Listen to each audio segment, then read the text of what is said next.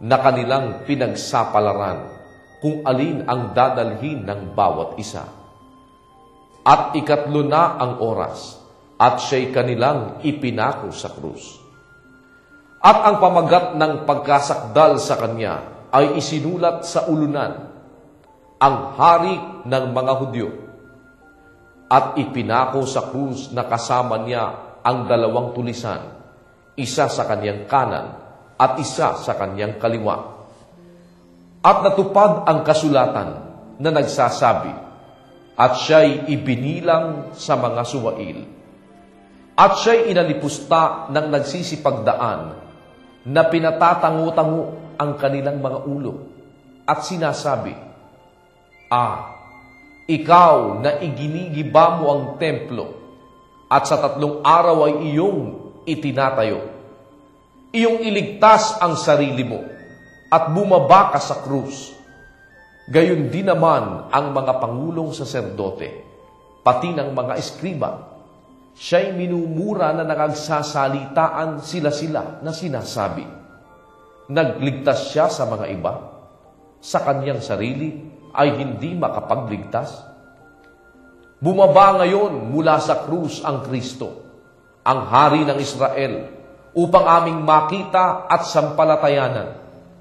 At minumura siya ng mga kasama niyang nangapapako. At nang dumating ang ika-6 na oras, ay nagdilim sa buong lupa hanggang sa oras na ika-9. At ng oras na ika-9 ay sumigaw si Jesus ng malakas na tinig, Eloi, Eloi, lama sabachthani, na kung liliwanagin ay, Diyos ko, bakit mo ako pinabayaan? At nang marinig ng ilang nangaroon, ay sinabi nila, narito, tinatawag niya si Elias.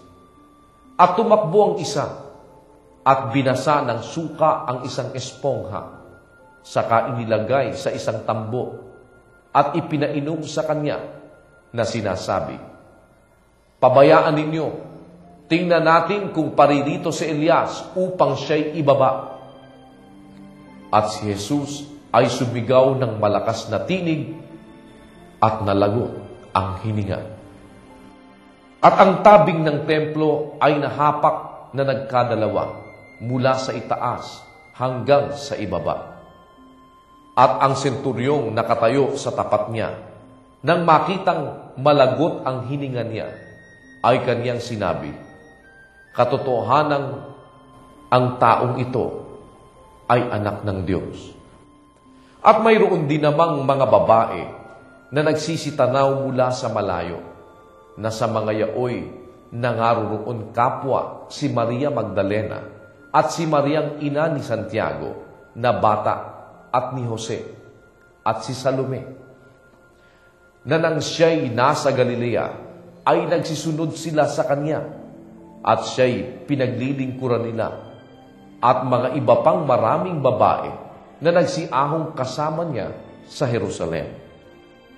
At nang kinahapunan, sapagkat nooy paghahanda sa makatuwid bagay ang araw na nauuna sa Sabat, dumating si Jose na taga Arimatea, isang kasangguni na may marangal na kalagayan, na naghihintay rin naman ng kaharian ng Diyos, at pinangahasan niyang pinasok si Pilato at hiningi ang bangkay ni Jesus. At nang gilala si Pilato kung siya'y patay na, at nang mapalapit niya sa kanya ang senturyon, ay itinanong niya sa kanya kung malaon ng patay. At nang matanto niya sa senturyon, ay ipinagkaloob niya ang bangkay kay Jose. At binili niya ang isang kayong lino, at pagkababa sa kanya sa krus, ay binalot siya ng kayong lino at inilagay siya sa isang libingan na hinukay sa isang bato. At iginulong niya ang isang bato hanggang sa pintuan ng libingan. At tinitingnan ni Maria Magdalena at ni Mariang ina ni Jose kung saan siya nalagay.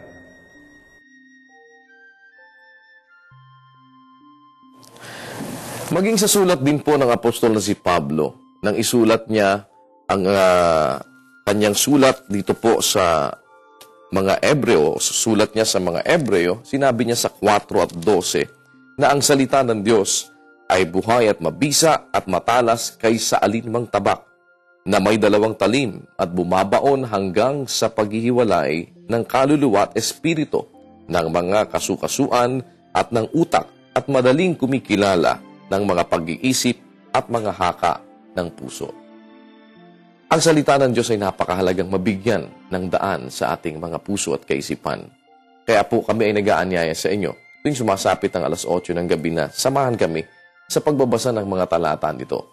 Kaya po ngayong gabi, kung sakaling meron kayong hindi lubos na naunawaan sa atin po mga binasa, inaanyayahan namin kayo. Maaari po kayo magtanong sa palatuntunang Ang Dating Daan at sa palatuntunang Itanong Mo kay Soriano sa pangunguna po ni Brother Eli Soriano. Nang sa ganun ay mapag-aralan natin yung mga katwiran na ating nababasa at magkaroon ito ng liwanag sa ating mga kaisipan. Dahil lagi nating tatandaan, mapalad ang bumabasa.